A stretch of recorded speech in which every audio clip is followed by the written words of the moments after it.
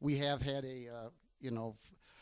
when they site the towers, they are concerned with flicker, possible flicker, as in anything else. We all get flicker. If if at late afternoon, if the highway's there and a car goes by, you get flicker. Every car that goes by, it flashes. It's not, we can at our place, again, it's with the location of mine, certain time in the summer, for an hour or so, it can kind of come across my lawn, but it's, again,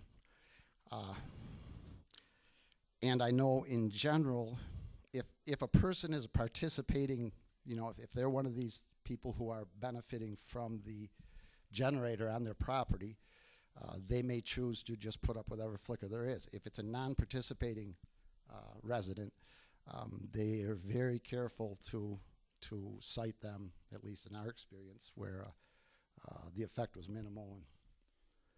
And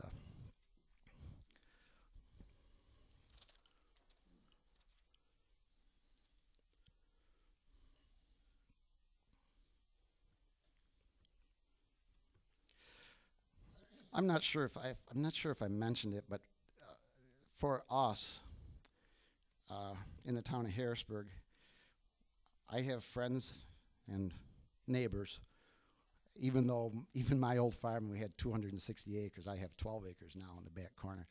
My farm didn't get a single tower. My old farm, I didn't own it now anyway.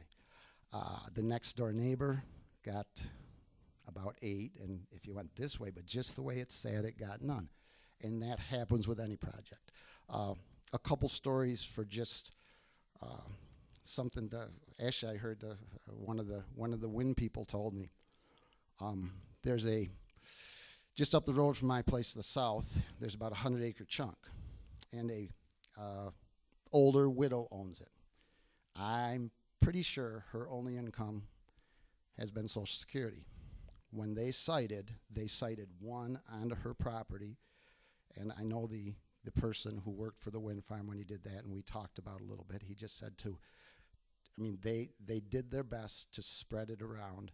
Obviously, you get more people involved, but also if it fits their model, it lets a lot of different people share it and share the wealth. I think the other thing I also want to emphasize, things have been said in some of these claims or whatever about backdoor deals and all this stuff. I'm not sure what time or when Maple Ridge started. Was it 2000? I'm not sure when we started there. About 2000. So we were 5 years. I was on the planning board, and I think we got paid $20 a meeting. We might have raised that up to 25 now. Now, we didn't have the controversy, and it was pretty nice. Nothing was changed in zoning law. Our zoning is pretty open right now. We're, like I said, when you have 400 and some residents, it's a different ballgame than where you have a lot of people. But they were all open meetings. They were all advertised meetings. Every single deal there were public hearings. The wind farm people brought in documentation and maps. I mean, just between the federal and state, what they make them jump through. They've certainly met our standard. It met our zoning law. Every vote in our town was unanimous. Now, at times we had one person on the town board who actually had some interest, although this sheet made it look like it's a lot more than it was. I think it was a one-time payment. But her son had something up the road, and somehow she might have co-signed, but that made her show up. But anyway, there was always at least 4 there in planning board. There were always 3. There was one on the planning board who had a heavy interest, and probably, anyway, fortunately there was always there were always enough that just was never an issue. Other thing I'll just add, I don't really want to start a discussion, but just something for people to think about. I've had these wind generators very close to our place for a long time. We've seen the worst that can happen with a wind generator. I know that there's some issues. They can't do all the power, but they can be a piece of it. They can fall over. I know of at least one that did, out of 100 or 200,000 that are worldwide. They can catch on fire. If you look on the internet, you can see the same one burning up at least 1,000 times. And there are a few others. They can burn. But the worst you do is get a little oil on the ground. I'm a sailor. It's been my weakness. Have a little sailboat in Chameau Bay. Seeing the cooling towers down there, it got me looking. I looked it up today. They have 1,200 metric tons of spent fuel in those holding tanks.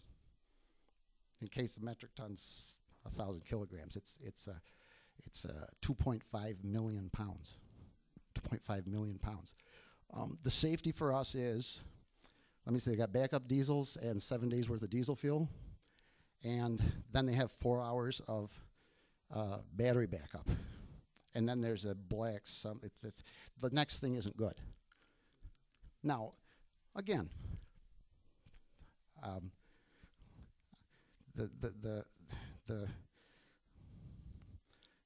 if the wind generators can help us a bit, and they really are not bad to live by, I think it's not a bad thing to do. Thank you.